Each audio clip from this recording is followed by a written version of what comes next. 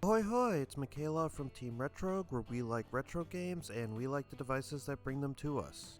So the moment of truth has finally happened. I finally got a Steam Deck in-house, and I couldn't be more excited to get my hands on one. I actually ended up getting a pretty good deal on this device. On Mercari, somebody put it up for sale who got their pre-order in, but they found that they just didn't have time to even open the box. And so he wasn't offering up scalper prices or anything for it. I actually got a pretty good deal, and I'm thrilled because my pre-order's not coming in until July or August. And I had pre-ordered the 64GB model, and this is actually the 256, so I'm actually happy to have that little hard drive upgrade. So I've spent about a good 2 weeks with the Steam Deck, and I got it set up exactly the way I wanted to, and I'm going to do as many tutorial videos as I can on this device to show you how to set this up for emulation. But in this video, I figured I would share my initial impressions on the device. I'll go over what I spent the last 2 weeks playing on this. And I'm going to kind of review some of the setbacks I had, as well as some of the things about this device that really wowed me. And this isn't a full review, this is just initial impressions, but I will have a full review coming in the next few weeks. I'm very excited to share what I've learned about this device with you, so let's jump in and let's get started. Alright, let's start by taking a look at the device itself. I'm not going to go over specs just yet, but I do want to give my first impressions of the device at first look. And my first thought on this device is that it's big, but it is unusually comfortable. Coming from a Switch OLED, even with a satisfied grip on it, this definitely feels a lot bulkier. And it's a little bit harder to hold while laying down. This is definitely a device that you are going to play sitting up. You've got your trackpads, buttons, joystick, screen, and the like on the front. And at the top, you have a volume up and down button, your power sleep button, your USB-C port, and your headphone jack, as well as your shoulder buttons. On the back, you have 4 programmable buttons, and you can also see the grip of the device, which I'm thrilled to see that they built in, so I don't have to buy an extra peripheral just to make this device feel comfortable. However, I really haven't made use of the back buttons yet, but they do feel comfortable to press. So overall, I'm pleased with the design and the build of the Steam Deck. It feels like a premium device. And it's heavy enough and built well enough that I do want to baby this thing because I don't want to accidentally drop it or break it. So I don't really plan to use this device for travel. I plan to use it more for playing at home on my couch. So in the 2 weeks that I've had this device, I want to share what I started doing with it from the moment I got it to once I had time to tinker with it a little bit. And when I did get my hands on the device, the first thing I did was pick up a copy of the Steam version of Chrono Trigger. I was already playing through the DS version when I got the Steam Deck, and I automatically did not want to continue playing on my 3DS. I wanted to play on the Steam Deck. And so I restarted the game, and for a good 6 hours or so, I was having a grand old time playing the Steam version of Chrono Trigger on my Steam Deck. That is, until I got to the prehistoric era. And at that moment, you actually meet Isla, and in the Steam version, a cutscene plays, which you wouldn't think would be a big deal. However, the second it started to play, I started running into issues. The game would just continuously crash. Or it would play part of the cutscene and then it would freeze up, or it would play the entire cutscene and then when it went back into gameplay, the game would crash. So I could not get past this point in Chrono Trigger on the Steam Deck. So then I tried utilizing the Steam Cloud and downloading Chrono Trigger on my Windows desktop, because I figured I would let the cutscene play on there and then I would be able to continue the game on the Steam Deck once the Steam Cloud updated. But that didn't work either. I kept getting Steam Cloud errors and the game just would not start. And Chrono Trigger is not a Steam Deck verified game. It is listed as playable but not verified. So I tried downloading a couple of different versions of Proton, and I also tried running Proton Experimental, but all of them gave different types of errors and crashes. Some of them crashed right at the opening cutscene, some of them wouldn't even boot into the game. Which brings me to my next impression, and that's that this will not play everything. It will play a good amount of games, but if you have a big Steam library, don't expect it to play every single game in your library. However, the deck verified games should run fine. So what I ended up doing was I ultimately ended up installing Emulation through a program called EMU Deck. And I'm going to give a tutorial on that in a future video. It's actually very easy to use. But once I did that, I fired up the original SNES version of Chrono Trigger and I started over yet again. And since there are no cutscenes in the original ROM, I was able to get right into the next part of the game no problem.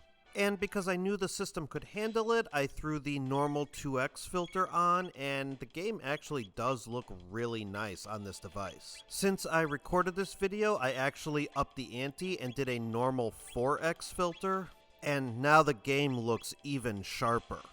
So speaking of emulation, I've never had a device that was powerful enough to play Wii U games before, and this game, NES Remix, has always kind of caught my eye. And I had this on my original Wii U, I still have it.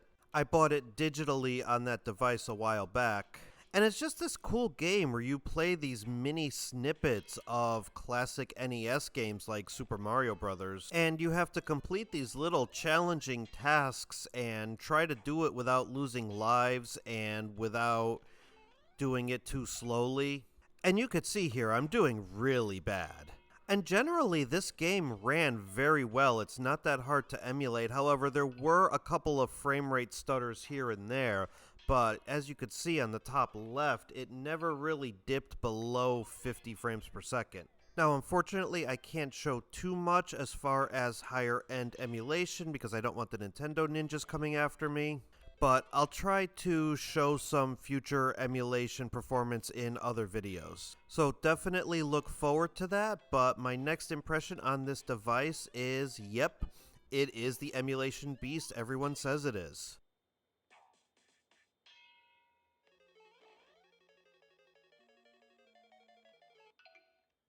Utilizing the beta version of the Microsoft Edge browser for Linux, I was able to get Xbox Game Pass running on this device. And you could see it runs pretty darn well. Just navigating the menu with the controller seems pretty smooth. And it was fairly snappy to launch into a game as well. For example, here I'm going to boot up Minecraft Dungeons and hitting play will launch the cloud gaming missile thingy that always shows up on Xbox when you're trying cloud gaming. And then before you know it, I was playing Minecraft Dungeons. And it was a pretty smooth experience overall. I was in my house and I have a pretty strong Wi-Fi connection. I was also playing this in the room where my router and Wi-Fi antenna are. So your mileage may vary, but my experiences with cloud gaming were very positive. In fact, I even took it a step further and loaded up Google Stadia. And I only have 3 games on Google Stadia: Elder Scrolls Online, Cyberpunk 2077, and Assassin's Creed Valhalla. But all of them seem to run very well with no issues in my home.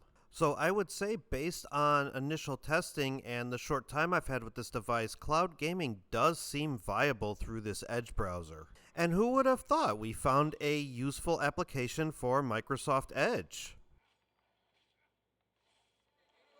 Alright, so let's get into games that I actually installed on the device, and there are 2 that I actively tested in the 2 weeks that I've had with this device, the first one being The Witcher 3 Wild Hunt.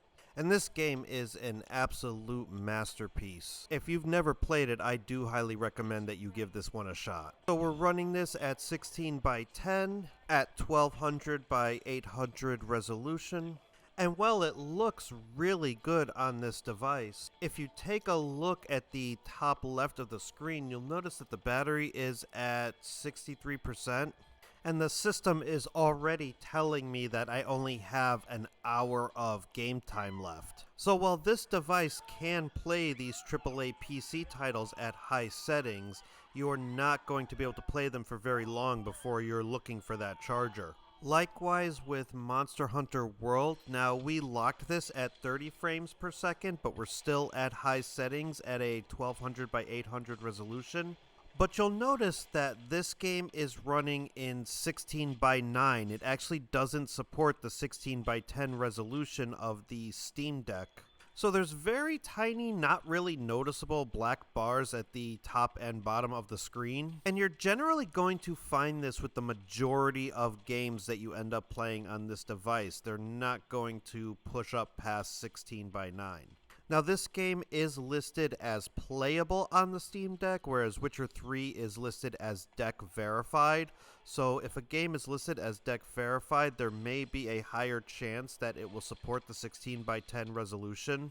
But if it doesn't, to me, that's not that much of a deterrent to play these games on this device. In fact, the last time I had played Monster Hunter World, I played it on my Xbox and I sunk a lot of time into it, but I was always upset that I couldn't play it portable because all of my Monster Hunter games up until this one had been portable. So when Monster Hunter Rise came out, I spent most of my time with that game on the Switch. But now that I have the Steam Deck, I'm actually 14 hours into restarting Monster Hunter World, and I'm actually going to try to experience the Iceborne content. And even though I don't get a lot of battery life on the Steam Deck, with this game I can get a decent 2.5 hours at high settings at 30 frames per second. And that's plenty of time to get a few hunts in before bed. And I've been playing after my foster son goes to bed, and while my wife is watching something on TV, I'll stay on the couch and play a couple rounds of Monster Hunter. And this device is perfect for that, and this is a game where Steam Cloud actually worked flawlessly.